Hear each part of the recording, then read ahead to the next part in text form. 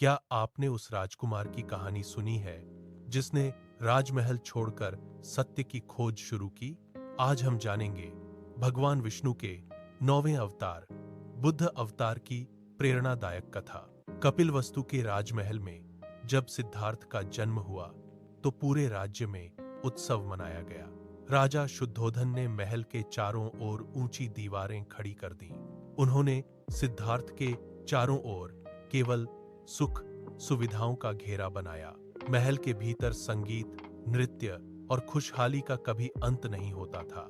सिद्धार्थ ने कभी मुरझाया हुआ फूल तक नहीं देखा था, लेकिन नियति को कुछ और ही मंजूर था।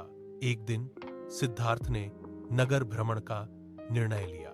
रथ पर सवार होकर वे जैसे ही मुख्य द्वार से बाहर निकले, उन्होंने एक वृद्ध व्यक्ति को कांपते हुए लाठी के सहारे चलते देखा। अगले ही मोड़ पर एक बीमार व्यक्ति दर्द से कराह रहा था और अंत में उन्होंने 4 लोगों को एक शव ले जाते देखा। सिद्धार्थ ने सारथी से पूछा, क्या हर कोई इसी अवस्था में पहुंचता है? सारथी ने सिर झुकाकर उत्तर दिया, हाँ राजकुमार, बुढ़ापा, बीमारी और मृत्यु अटल सत्य है। सिद्धार्थ ने उसी रात राजसी वस्त्र उतार दिए। उन्होंने अपने कीमती आभूषण उतारे और एक भिक्षु का साधारण चोला पहन लिया। वे चुपचाप महल से निकल गए। उन्होंने घने जंगलों की ओर रुख किया। कई वर्षों तक उन्होंने कंद मूल खाकर और कड़ाके की ठंड में ध्यान किया। वे बोधगया पहुंचे और एक विशाल पीपल के वृक्ष के नीचे बैठ गए। उन्होंने संकल्प लिया, जब तक सत्य का बोध नहीं होगा मैं यहां से नहीं उठूंगा। 7 दिनों और 7 रातों के निरंतर ध्यान के बाद उनके मन का अंधकार छंट गया। उन्हें बोधत्व प्राप्त हुआ। वे गौतम बुद्ध बन गए। उन्होंने सारनाथ में अपना पहला उपदेश दिया।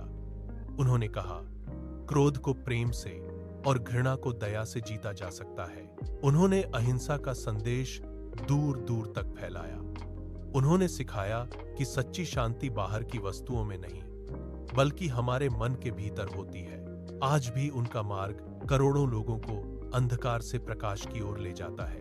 अगर आपको भगवान विष्णु के दशावतार की यह कथा पसंद आई हो तो वीडियो को लाइक करें और channel Religious Facts by DK को सब्सक्राइब जरूर करें। अगले और अंतिम भाग में जानेंगे कल्कि अवतार का रहस्य।